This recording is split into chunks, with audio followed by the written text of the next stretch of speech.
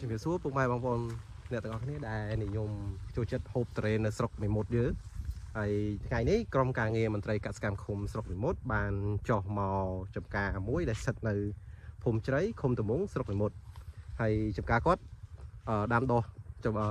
ត្រេនពពួករី6ពូជរី6ហើយរី6គាត់សប្តាហ៍ថ្ងៃនេះគឺអាយុ70ថ្ងៃហើយ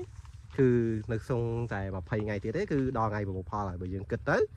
អាចជាចុងខែ4គឺក៏អាចដើមខែ5ហ្នឹងគឺយើងចាប់ដើមប្រមូលផលខ្លះហើយសម្រាប់ដែលបងប្អូននិយមដែលចូលចិត្តញ៉ាំត្រេននៅក្នុងស្រុកមេមត់យើងហើយអ្នកដែលថាទិញទៅស្គាល់រសជាតិស្រុកមេមត់ស្រាប់គឺដឹងថាច្បាស់ហើយថាស្រុកមេមត់គឺមានត្រេននឹងមែនហើយនេះជាក់ស្ដែងពួកខ្ញុំជាមន្ត្រីកសិកម្មឃុំចុះមកដល់ផ្ទាល់ហើយគឺមិនបោះនាំចូលទេគឺបោះក្នុងស្រុក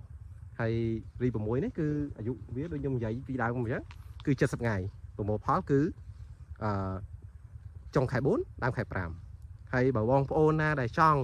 ជីវចង់លក្ខណៈថាចង់ភ្លក់ចង់មកទិញអីហ្នឹងអាចតាក់ទងមកពួកខ្ញុំជាមន្ត្រីកសិកម្មឃុំឬក៏អាច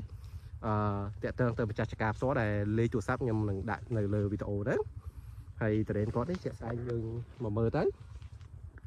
នេះជាក់ស្ដែងមើលត្រេនគាត់អាយុ70ថ្ងៃប៉ុន្តែទំហំផ្លែគឺ1ធុង1គីឡូកន្លះទៅ2គីឡូទេតែទុកក្នុងទំហំប៉ុណ្នេះគឺងាយស្រួលក្នុងសម្រាប់អតិថិជនដែលងាយស្រួលក្នុងការទិញយកទៅបរិភោគ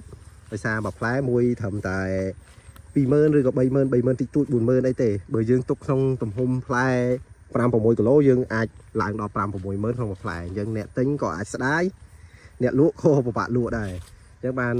ក្នុងចការរបស់គាត់ក៏ទុកភាគច្រើនទុកផ្លែច្រើនក្នុងមួយម៉េចដើម្បីផ្គត់ផ្គង់ទៅអតិថិជនតាមតម្រូវការបាទអរគុណជំរាបលា